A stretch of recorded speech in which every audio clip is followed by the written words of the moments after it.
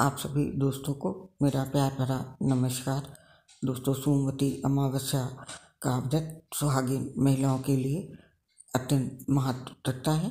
महिलाएं इस दिन निर्जला व्रत रखकर पीपल के पेड़ की परिक्रमा करती हैं और गौरी गणेश की पूजा करके भगवान से अपने पति की लंबी उम्र के लिए प्रार्थना करती हैं। आज हम आपके लिए इसी व्रत की पौराणिक कथा लेके आए हैं। ऐसे तो सोमवती अमावस्या की कई कथा प्रचलित हैं, लेकिन जो कथा हम आपके लिए लेके आए हैं ये सबसे पौराणिक और प्रचलित है। इस कथा के सुनने मात्र से ही अत्यंत पुण्य की प्राप्ति होती है। तो आइए सुनते हैं। एक गांव में एक गरीब ब्राह्मण परिवार रहता था। उस परिवार में पति पत्नी के अलावा एक पुत्री भी थी। वो पुत्री धीरे धीरे बड़ी होने लगी। उस पुत्री में समय और बढ़ती उम्र के साथ सभी स्त्रोचित गुणों का विकास हो रहा था। वो लड़की सुंदर, संस्कारवान एवं गुणवान थी, किंतु गरीब होने के कारण उसका विवाह नहीं हो पा रहा था। एक दिन उस ब्राह्मण के घर पर एक साधु महाराज पधारे। वो उस कन्या की सेवा भाव से काफ़ी प्रसन्न हुए। कन्या को लंबी आयु का आशीर्वाद देते हुए साधु महाराज ने कहा कि इस कन्या की हथेली में विवाह योग्य रेखा नहीं है। तब ब्राह्मण दंपति ने साधु महाराज से इसका उपाय पूछा कि कन्या ऐसा क्या करे कि उसके हाथ में विवाह योग्य रेखा बन जाए। साधु ने कुछ देर विचार करने के बाद अपनी अंतर्दृष्टि से ध्यान करके बताया कि कुछ दूरी पर एक गांव में सोना नाम की धोबिन जाति की एक महिला अपने बेटे और बहू के साथ रहती है, जो बहुत ही आचार विचार और संस्कार संपन्न तथा पति परायण है।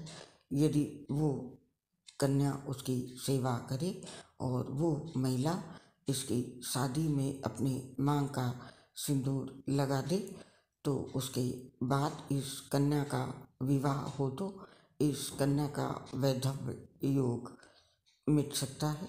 साधु ने ये भी बताया कि वो महिला कहीं आती जाती नहीं है।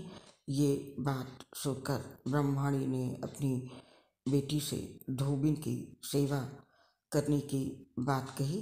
अगले ही दिन से कन्या प्रातः काल ही उठकर सोना धोबिन के घर जाकर साफ सफाई और अन्य सारे काम करके अपने घर वापस ऐसा कई दिनों तक लगातार होता रहा। तब एक दिन सोना धोबिन ने अपनी बहू से पूछती है कि तुम तो सुबह ही उठकर सारे काम कर लेती हो और पता भी नहीं चलता है। तो बहू ने कहा, माँ जी, मैंने तो सोचा कि आप ही सुबह उठकर सारे काम खुद ही खत्म कर लेती हैं। मैं तो देर से ही उठती हूँ। इस पर दोनों सास बहू ने निगरानी करने लगी कि कौन है जो सुबह ही घर का सारा काम करके चला जाता है।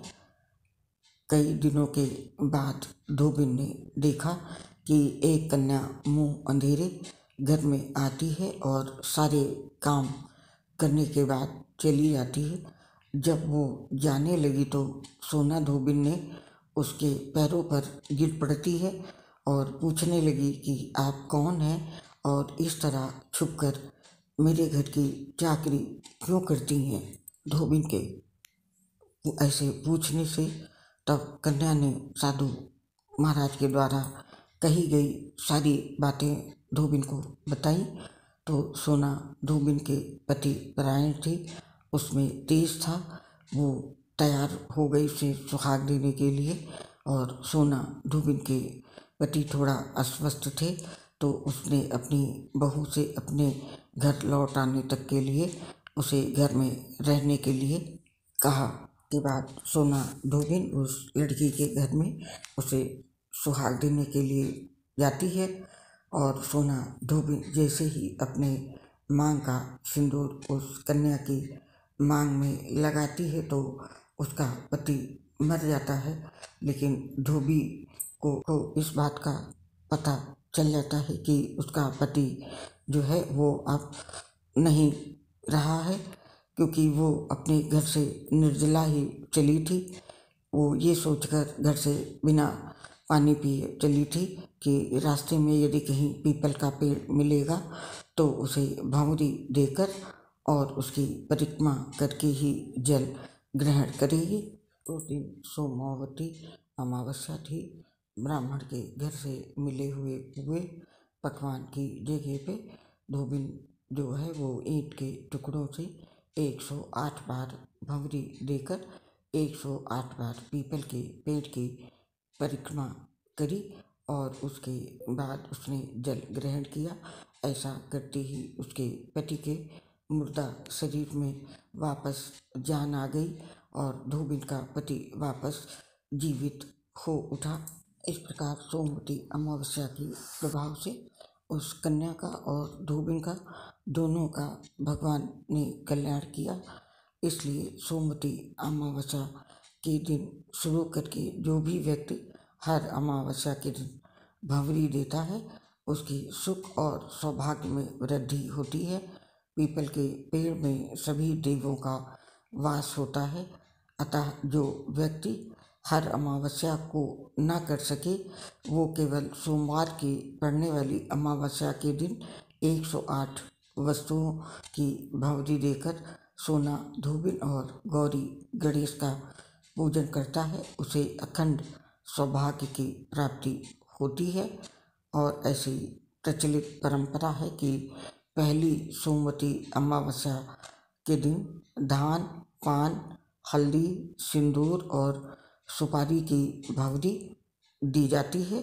उसके बाद की सोमवती अमावस्या को अपने सामर्थ्य के हिसाब से फल, मिठाई, सुहाग सामग्री, खाने की सामग्री इत्यादि की भंवरी दी जाती है और फिर भंवरी पर चढ़ाया गया सामान किसी सुपात्र, ब्राह्मण, ननद या भांजे को दिया जा सकता है।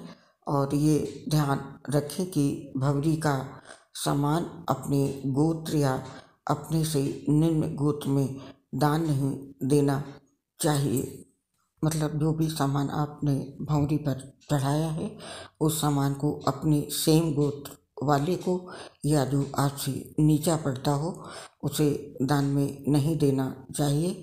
और सोमवती अमावस्या के प्रभाव से जिस प्रकार से कन्या और धोबिन के सुहाग वापस मिला, उसी प्रकार भगवान सभी को इस कथा का और इस व्रत का फल प्रदान करें। अब आपसे विदा लेते हैं, फिर मुलाकात होगी। तब तक के लिए आप सभी को मेरा प्यार भरा नमस्कार।